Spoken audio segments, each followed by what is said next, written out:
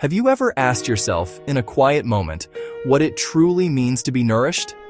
Not just the body, food, water, not just the mind, facts, ideas, but something deeper, something inside that often goes unnamed. We learn from a young age how to feed our hunger, quench our thirst. We go to school to fill our minds with knowledge, preparing for a world that demands we know things, that we are clever and quick. We build routines around these needs, structuring our days and our lives to make sure the body, the mind have what they require to keep going, to keep performing. But what about that other part of us? The part that feels a quiet ache when the house is finally silent. The part that watches the sun go down and feels a longing for something it cannot name. Our world doesn't offer many classes on how to care for this inner self.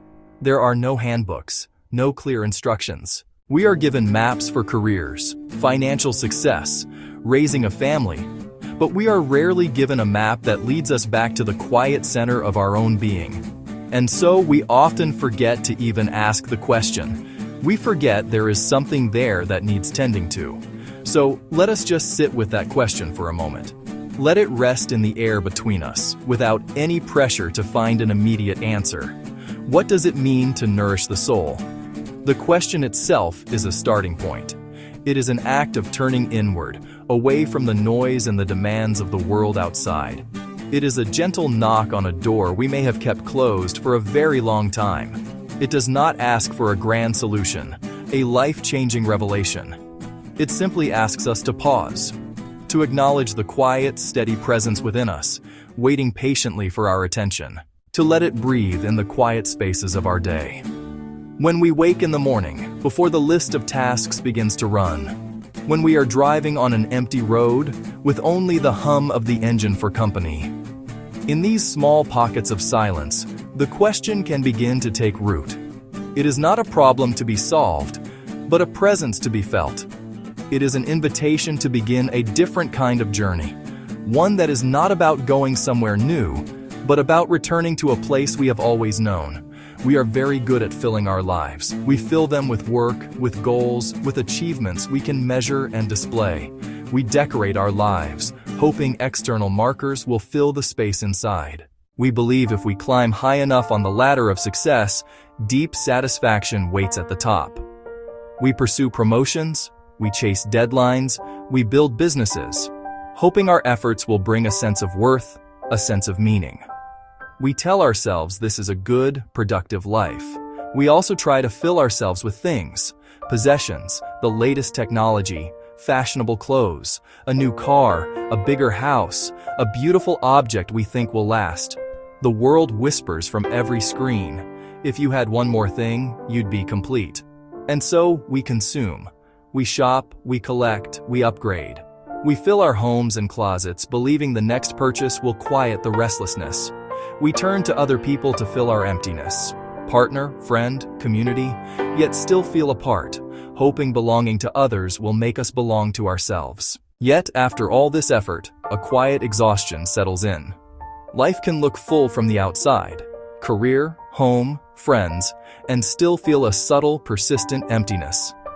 The thrill of achievement fades. The joy of a new purchase is fleeting. Even comfort in relationships can be a distraction. We lie awake at night. The silence feels vast and hollow. We did everything we were told would bring happiness, yet something essential is missing. The soul remains unfed.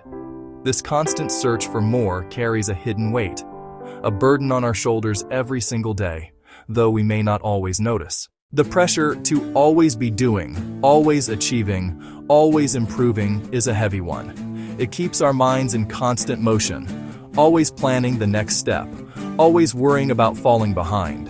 This relentless momentum leaves no room for rest, no space for simple being. We become human doings instead of human beings, our value measured by output. This is a tiring way to live. Each object we bring in requires a piece of our attention, cleaned, maintained, stored, replaced. Our homes become museums of our past desires, promises of happiness, temporary satisfaction. The clutter around us often mirrors the clutter in our minds. We ask others to fill our void. It becomes a transaction, give to receive, fear of loss rising, anxiety grows, presence fades.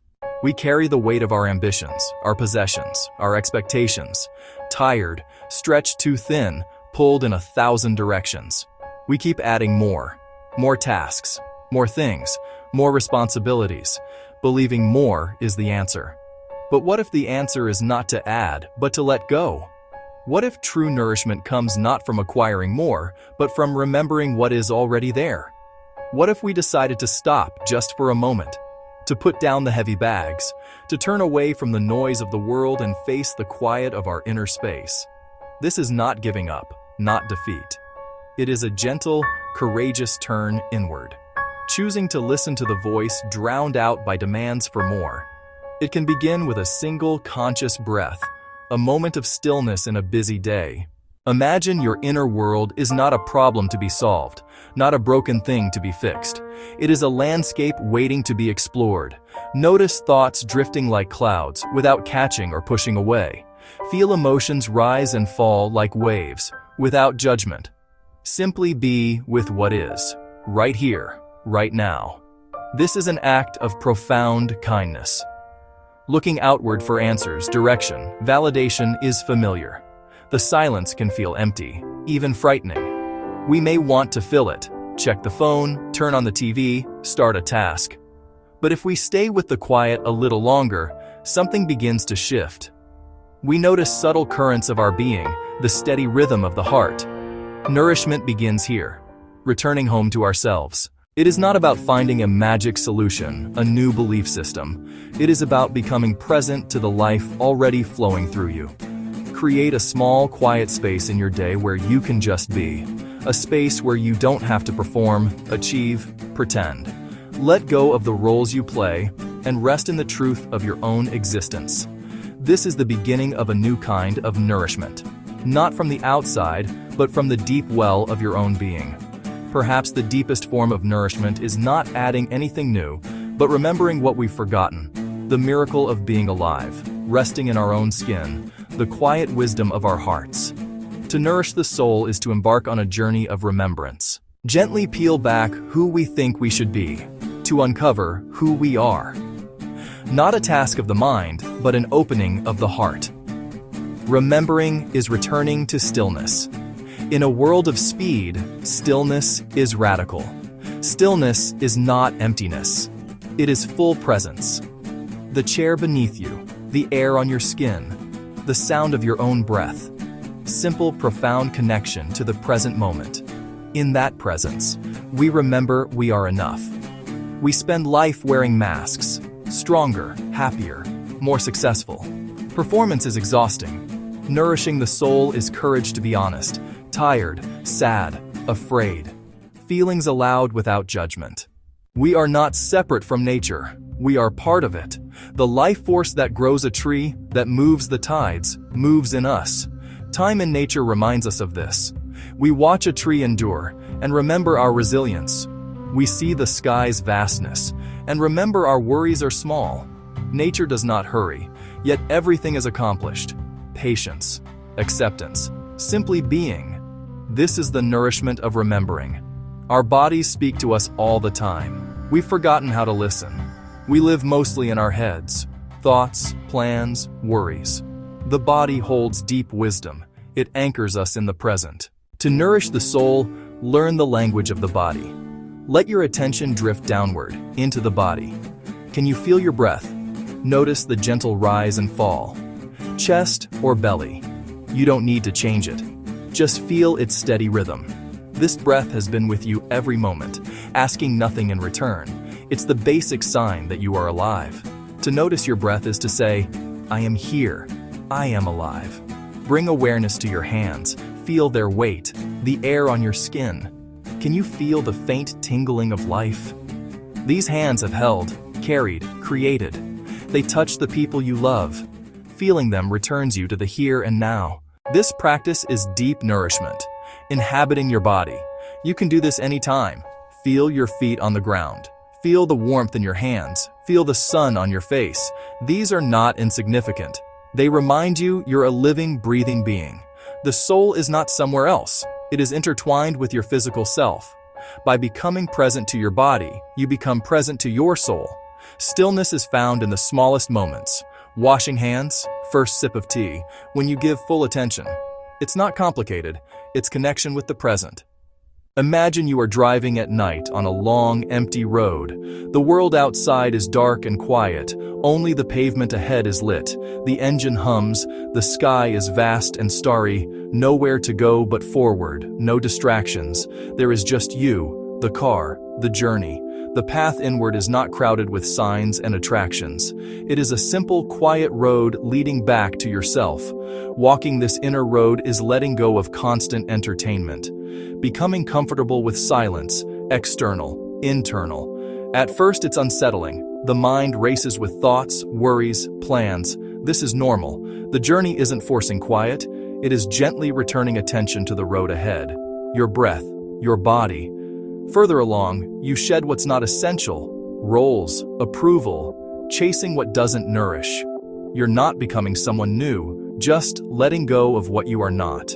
Subtraction, not addition. This road does not end where all problems are solved. The journey itself is the nourishment, continually returning to yourself, choosing presence over distraction, remembrance over acquisition. Peace is not at the end of the road, but in the way we travel. Willing to drive through darkness, trusting movement on this quiet path is enough. This is the journey home to the soul, a slow, steady, deeply personal pilgrimage. We began with a question. What does it mean to nourish the soul? We walked a quiet path together, exploring ways we try to fill life from the outside and the quiet exhaustion that follows. We sat with the idea that nourishment is remembering, stillness within, the truth of our bodies, connection to the present.